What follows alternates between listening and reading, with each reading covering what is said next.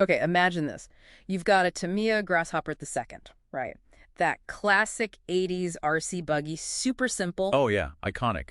Beginner friendly. Exactly. Now picture it balancing perfectly on two side wheels, like just cruising along, defying gravity. It seems wild for that specific car, doesn't it? Totally. So how is that even possible? That's what we're digging into today, the perfect storm of things that turn this simple buggy into a stunt machine. Right. It's not just one thing. It's how the original design, these specific mods, and just basic physics all come together. It's actually a fascinating bit of vehicle dynamics. Let's unpack it.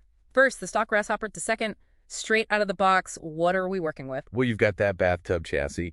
And the thing is, components like the battery, the servo, they sit kind of high in there. Okay, so a high center of gravity, basically. Exactly. Which, inherently makes it a bit tippy to begin with, like stacking blocks higher, easier to knock over. And the suspension. I've heard people joke it barely works. Huh. Yeah, that's not far off. The rear is this rolling, rigid axle setup. The whole gearbox, which is heavy, pivots. That means huge unsprung weight. So instead of soaking up bumps, it just kind of bounces and skips around. Really unstable. So it sounds like it should be rolling over all the time, even stock. Well, Tamiya built in some safety. Dang. Cleverly, actually. They used tire sizes. Ah, right. The fronts are skinny. Yep. Stock fronts are only 19 millimeters wide, but the rears are much wider, 36 millimeters. That's a staggered setup. And that makes it understeer. Push wide in turns. Precisely. The front tires lose grip first. It's predictable, safe. It stops it from, tripping over itself and rolling. Okay, so it's designed not to roll. But the whole point of the stunt is making it roll.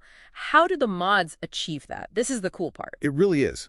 Because the mods directly attack those safety features. People use Tamiya Hornet wheels, the large diameter ones. Right. And, crucially, Tamiya rock block tires, specifically the soft compound ones. Okay, so bigger wheels, different tires. How does that flip the script? Well, first, the larger diameter wheels physically lift the whole car up. Quite a bit, actually. Raises that center of gravity even more. Dramatically more. We're talking like 20 millimeters higher at the front, 12 millimeters at the rear. Huge difference. Wow. Then, the front tires, they go from that skinny 19 millimeter all the way up to 36 millimeter. So they match the rear width now. Exactly. That's the square by width setup. And those rock block tires are soft compound rubber. Meaning more grip. Loads more grip, especially lateral grip on pavement. So you take away the understeer, raise the CG, and add massive grip. The car is now basically begging to roll. Okay, let's talk physics. How does that all translate into lifting two wheels off the ground? Right. So that higher CG and the taller tires increase what's called the moment arm. Think of it like a longer lever acting on the car when it turns. Makes it easier to tip. Much easier. It multiplies the rolling force. Then you add the grip. The traction roll. Exactly.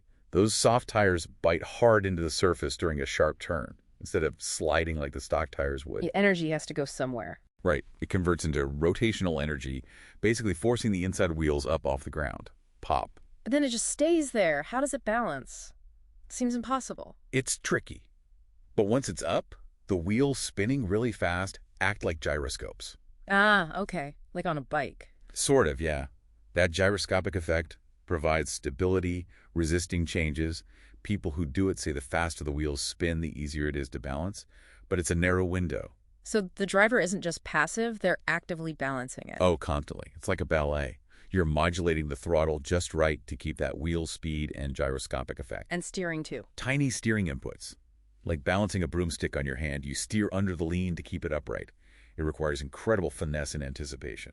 And that square setup, the matching tire widths, how vital is that specific part? It's a huge catalyst. I mean, you could probably make other high CG cars roll, but for the Grasshopper second, getting that massive front grip is key. Why specifically? It eliminates the understeer completely.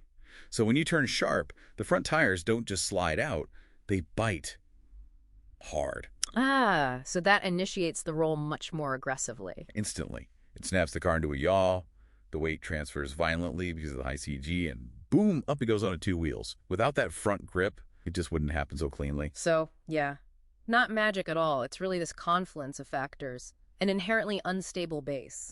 Deliberate mods that actually amplify those instabilities. And then just fundamental physics exploited with real skill. Absolutely. It's a perfect example of understanding a design's quirks, its flaws, and then re-engineering things to turn them into something spectacular. It really makes you think, What other things out there have limitations or flaws that, if you just looked at them differently, with a bit of physics know-how? Could be repurposed into something totally unexpected. Yeah. It's about seeing potential where others just see a problem. A really neat lesson from an old RC car.